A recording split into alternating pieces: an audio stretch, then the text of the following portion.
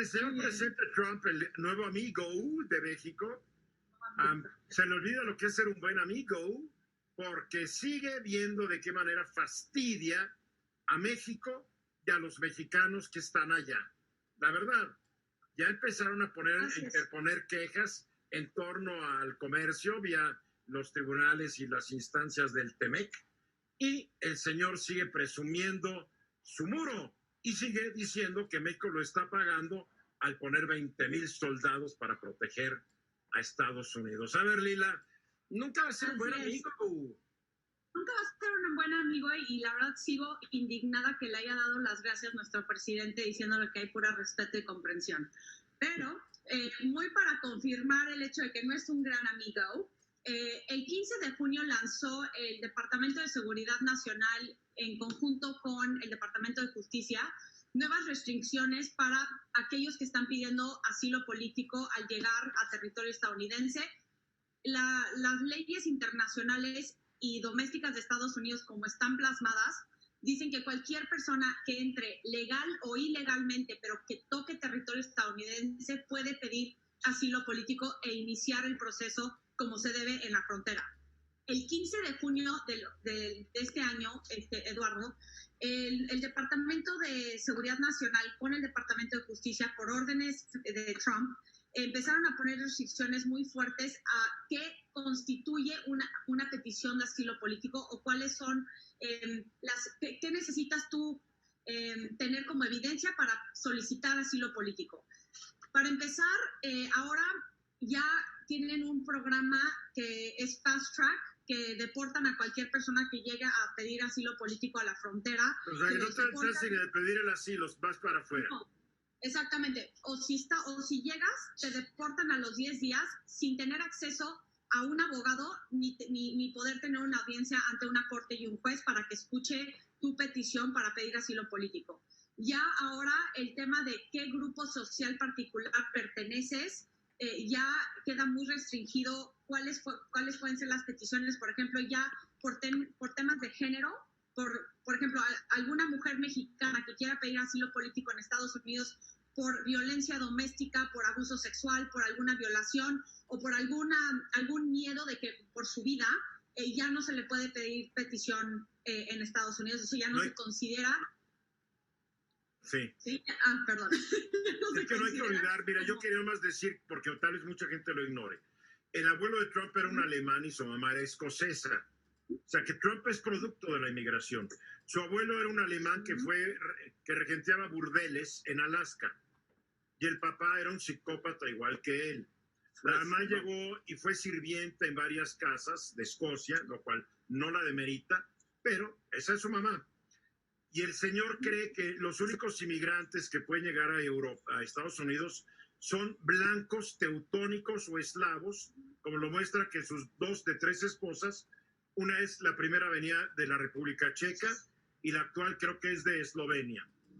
Pues eso demuestra quién es Trump, para que no se nos olvide. Y una vez en un comentario que se filtró, dijo que la gente morena o los negros vienen de países de mierda. Es la palabra que él usó y nomás lo estoy citando. Ese es Trump. Sí.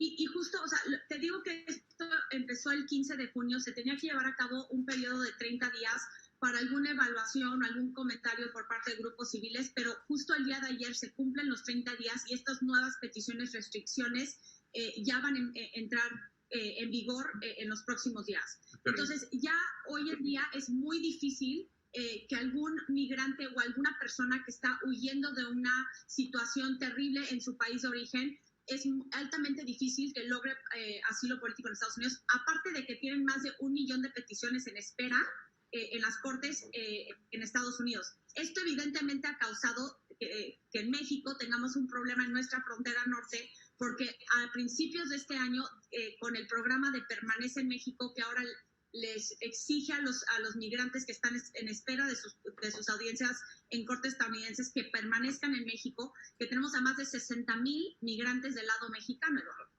Ahora, también hay que decir una cosa, hay que ser justos. Mucha gente abusaba de este derecho de asilo.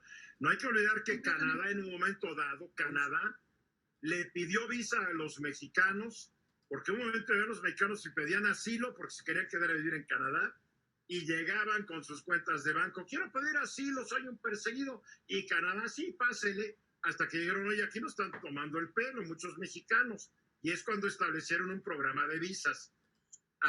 No Sí. quiero pensar que también mucha gente ha abusado de este derecho de asilo, ¿no? No, sí han abusado de este derecho de asilo, Eduardo, pero es una ley internacional plasmada en las Naciones Unidas de donde deben de mínimamente poder pedir el asilo político y presentar su evidencia para que su caso se pueda escuchar ante un juez en una corte. O sea, eso es como protocolo internacional básico para aquellas personas que están buscando asilo político en algún país. Un juez de migración, ¿verdad? ¿Perdón? Sí. Un juez de migración. Sí, pero fíjate, con estas nuevas restricciones, Eduardo, les está dando mucho poder a los oficiales de los agentes fronterizos de que ellos mismos puedan decidir si hay evidencia de que puedan pedir asilo político sin que llegue a una corte o que lo escuche un juez. O sea, ellos no son jueces. No, claro que no, pero los están empoderando muchísimo bajo esta nueva orden que emitió Donald Trump para justamente evitar que se vaya esa petición a una corte, dado que de por sí tienen a muchas peticiones que están en espera. Pero todo esto tiene Oye, que ¿qué ver... va a hacer si gana Biden? Y si Biden llega, ¿qué? ¿Lo va a dejar como está o lo va a cambiar? Porque también la historia de los demócratas no es muy grata para los mexicanos. Hay que ser realistas. No, pero a ver, hay que ser muy realistas y lo puedes encontrar en la plataforma misma del vicepresidente demócrata Joe Biden. Los demócratas van a tener una tarea muy difícil porque tampoco pueden abrir las fronteras y tampoco están a favor de hacer y crear un muro, ¿no? No están en contra de que tengan una frontera segura, pero ellos le apuestan más a la tecnología que la construcción de un muro físico. Entonces van a tener que hacer un balance entre respetar los protocolos internacionales y tener una política migratoria humana y no separar, por ejemplo, a 3,000 niños y dejarlos en proceso de adopción de sus familias. Entonces, Guillermo. eso sí se va. Oye, Lilia, entonces, bajo estas restricciones, ¿cuáles serían los criterios que se pueden o que se van a considerar para aquellos que están eventualmente en la posición de pedir un asilo? ¿Qué deben de cumplir? ¿Cómo deben de hacerle? Sí, mira, es súper interesante, Guillermo, porque ahora, si tú estás pidiendo por cuestiones políticas, tiene que ser por alguna persecución de algún funcionario público del país. Sin embargo, si a ese funcionario público se le considera corrupto, entonces no puedes pedir asilo político en Estados Unidos. Y las definiciones están cambiando. Si tú perteneces a un grupo social particular, pero eres parte de la comunidad LGBT, no puedes pedir asilo político.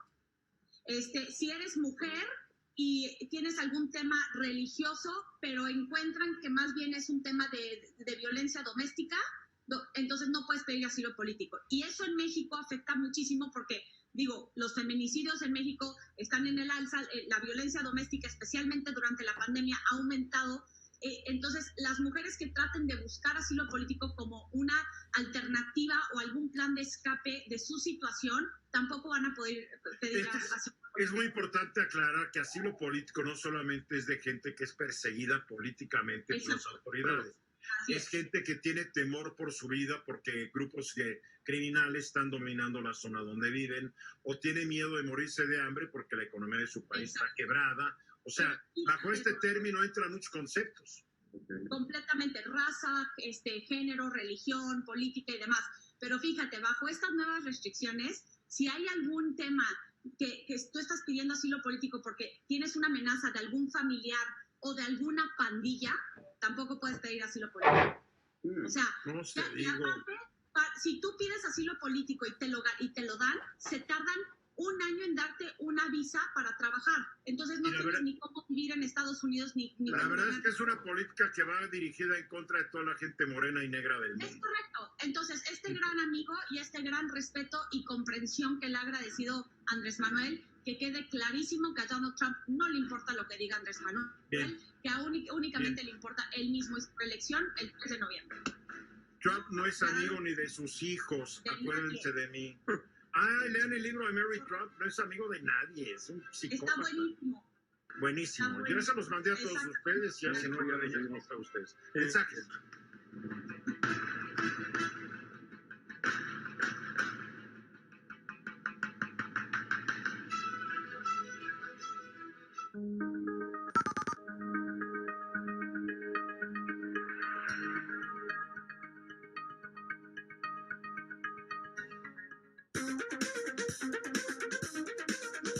aprobación, como se dio el 30 de junio de la Ley de Derechos de Autor, es un episodio más que alarma sobre eventuales censuras y ánimos autoritarios en la autonombrada Cuarta Transformación. No es la primera vez que ocurre en este gobierno que una disposición que pasa al legislativo tenga implicaciones anticonstitucionales tendentes a la censura y a la criminalización de prácticas regulares. De hecho, dos contradicciones graves se advirtieron en este caso. Una es porque el gobierno optó por supuesta austeridad por el uso de software libre, lo que lo convierte en el primer criminal. El otro porque se restringen los derechos digitales de los usuarios de redes sociales, que el presidente llama